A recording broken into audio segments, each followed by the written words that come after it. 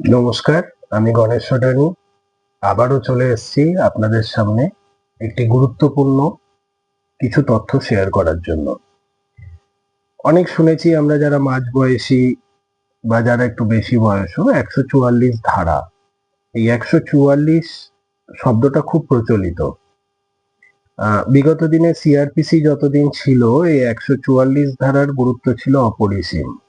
গুরুত্ব এখনো সমবর্তমান, কিন্তু বিএনএস আসার পর এই ধারা পরিবর্তন হয়ে গেছে ১৬৩, দ্যাট ইজ 163। তো ধারায় কি বলা আছে এটা একটু জানা প্রয়োজন, কারণ আমরা যারা প্রত্যেকদিন মুভ করি, দ্যাট মিনস আমরা এদিক ওদিক যাই, তো দেখা যাবে যে অনেক সময় অনেক জায়গায় ১৬৩ ধারা প্রয়োগ করা আছে এবং আমরা দলবদ্ধভাবে বা আমরা সেই সমস্ত জায়গাতে যাওয়ার চেষ্টা করি বা যাই, বা আমাদের গন্তব্যে পৌঁছাতে হয়তো সেই জায়গা অতিক্রম করেই যেতে হয়। তো তখন আমাদের কি কি সতর্কতা অবলম্বন করা উচিত সেই সম্বন্ধেই আজকে আমরা আলোচনা করব। চলুন আগে দেখে নিই বইয়ে কি লেখা আছে ১৬৩ ধারা সম্বন্ধে। তো এই হচ্ছে আমাদের বিএনএস বই। তো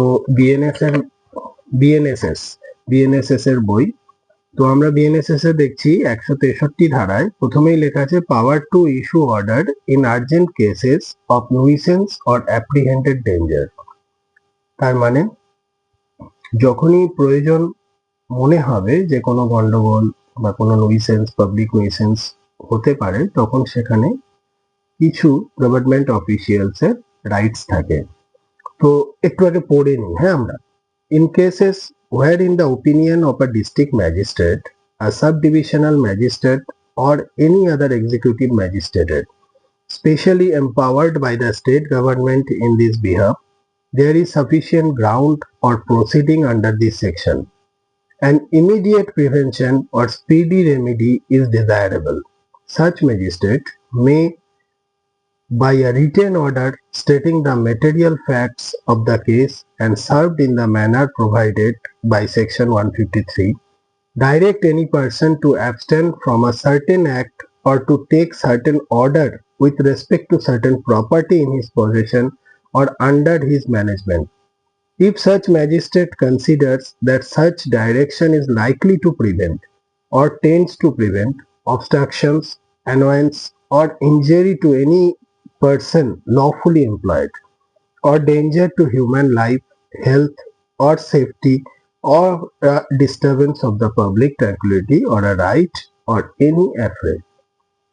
তো বুঝতেই পারছেন যে এখানে ম্যাজিস্ট্রেট বা এক্সিকিউটিভ ম্যাজিস্ট্রেট বা গভর্নমেন্ট অফিসিয়াল স্টেট গভর্নমেন্টের বিহাফে উনি মনে করছেন যে কোথাও কোনো ঝগড়া, অশান্তি বা কোনো রাইটস, কোনো পাবলিক ডিস্টারবেন্স ঘটতে পারে, সে সমস্ত জায়গায় তিনি অর্ডার পাস করার জন্য তার রাইটস আছে। That is under section 163 of BNSS.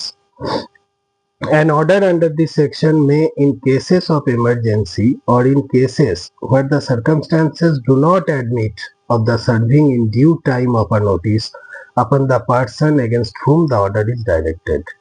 তার মানে হচ্ছে যখন কোনো এমার্জেন্সি ক্রিয়েট হয়ে যায় এবং নোটিশ সার্ভ করার টাইম থাকে না, তখন তিনি এটা মাস ভাবে তারা ধারাটাকে প্রয়োগ করতে পারেন। 163 সেকশন 3 তে কি বলা আছে? An order under this section may be directed to a particular individual or to persons residing in a particular place or area, or to the public generally when frequenting or visiting a particular place or area. তার মানে এটা কোনো একটি নির্দিষ্ট ব্যক্তি, কোনো নির্দিষ্ট area বা কোনো একটা গ্রুপ অফ পিপল বা পাবলিকের ওপর জেনারেলি এটা অ্যাপ্লাই করা যেতে পারে যখন কোনো ব্যক্তি সেই একটি জায়গা দিয়ে ফ্রিকোয়েন্টলি যাতায়াত করেন। সেকশন 163 বিএনএসএস এর আন্ডার সাবসেকশন 4 এ কি বলা আছে? সাবসেকশন 4 এটা বলা আছে, no order under this section shall remain in force for more than 2 months from the making thereof. তার মানে এটা ১৬৩ বিএনএসএস আমাদের ধারা প্রয়োগ হয়, এটা 2 মাস পর্যন্ত থাকতে পারে, কিন্তু তারও কিছু ব্যতিক্রম আছে। সেই ব্যতিক্রমগুলো কি? ব্যতিক্রম হচ্ছে provided that if the state government considers it necessary so to do for preventing danger of human life, health or safety or preventing right of any affray, it may by notification direct that an order made by a magistrate under this section shall remain in force for such further period not exceeding 6 months from the date of which the order made by the magistrate would have, but for such order expired as it may specify in the said notification. তার মানে উনি notification করে 2 মাসের অতিরিক্ত তিনি এই 163 BNSS জারি থাকতে পারে, সেক্ষেত্রে সর্বাধিক হচ্ছে নট এক্সিডিং 6 মান্থস। ঠিক আছে, তাহলে আমাদের 163 বিএনএসএস সাবসেকশন 5 এ কি বলা আছে? Any magistrate may either on his own motion or on the application of any person aggrieved rescind or alter any order made under this section by himself or any magistrate subordinate to him or by his preceders in office. তো এখানেও আমরা বুঝতে পারলাম।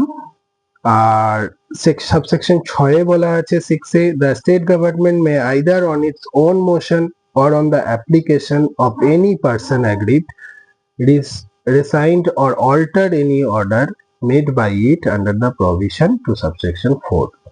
এগুলো খুব গতানুগতিক আছে। তো এটাই হচ্ছে আমাদের সিআরপিসির 144 ধারা। তো বুঝতেই পারছেন যে যখনই government officials that is district magistrate or executive magistrate on behalf of state government তারা মনে করে যে কোনো জায়গায় একটা মাস পিপল যেখানে আমরা গতানুগতিক ভাবে যাতায়াত করি বা ভিড় হতে পারে, সেক্ষেত্রে ওনারা নোটিশ সার্ভ করার যখন টাইম পান না তখন একটা মাস নোটিশ সার্ভ হয়, দ্যাট ইজ 163 অফ বিএনএসএস।